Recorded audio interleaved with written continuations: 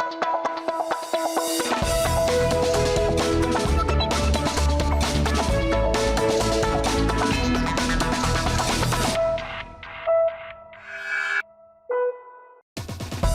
debate on amendments to the Destrange law proposed by Most is being held in Parliament today.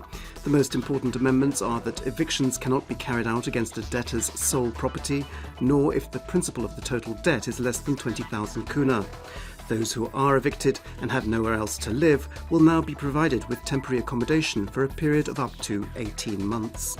It has also been proposed that the protected part of a debtor's income be raised from 2/3 to 3/4 of the average net salary.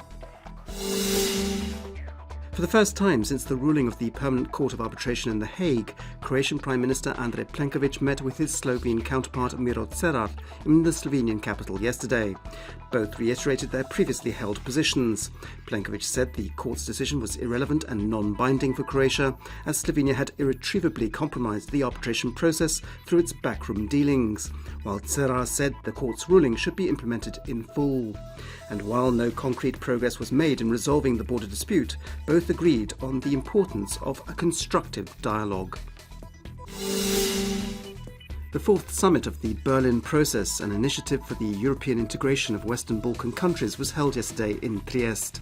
Infrastructural projects in the energy and transport sectors were discussed, as was the strengthening of political cooperation in the region to speed up the path to EU membership. German Chancellor Angela Merkel emphasised that political stability in the Western Balkans meant stability for the whole of Europe, while Italian Prime Minister Paolo Gentiloni confirmed that the idea of a common market for Western Balkan countries would be accepted. Defence Minister Damir Krstičević is making an official visit to the United States. Yesterday he met with his American counterpart James Mattis in the Pentagon to discuss the purchase of a squadron of American F-16 combat aircraft. At the beginning of their meeting, Mattis praised the professionalism of the Croatian Army's 1995 military operation Storm, stating that it was considered to be a textbook military operation. The Parliamentary Committee on Information, Computerisation and the Media this morning supported the dismissal of Croatian Radio and Television's Supervisory Board and the President of the Council for Electronic Media, Mirjana Rakić, at her own request. It was proposed that Damir Hajduk be Rakic's replacement, while the new members of HRT's Supervisory Board should be HRT Split's Director Davor Maric, Al Jazeera's PR Officer Vanja Gavran and journalist Anita Malenica. The nomination of Malenica was opposed by SDP committee members, citing the fact that in 2001 she ended up being brought before a court of honour for spreading hate speech. Sport and in football, Ivailo Petev is no longer the trainer of the Dinamo Football Club. This surprising news was published on the Zagreb Football Club's website, but a specific reason wasn't provided. The name of the new trainer is not yet known.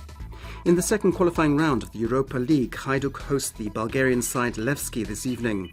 The first leg, kicks off at 8:30 p.m. Meanwhile, Osijek hosts the Swiss side Luzern in the same stage of the competition. Kick-off is at 8:45 p.m. In tennis, Croatian players continue their excellent showing at Wimbledon. Yesterday, Marin Cilic reached the semi-finals for the first time in his career and will now face the American Sam Querrey on Friday.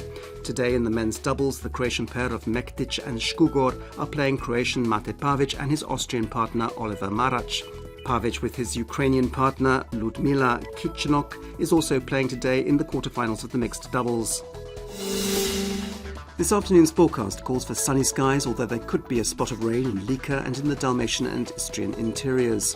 There'll be a northeasterly Buda wind in most regions, which will be stronger on the northern coast and moderate on the central and southern coast. Highest daily temperatures will be between 24 and 29 degrees Celsius inland and between 30 and 36 degrees on the coast and in the Dalmatian and Istrian interiors.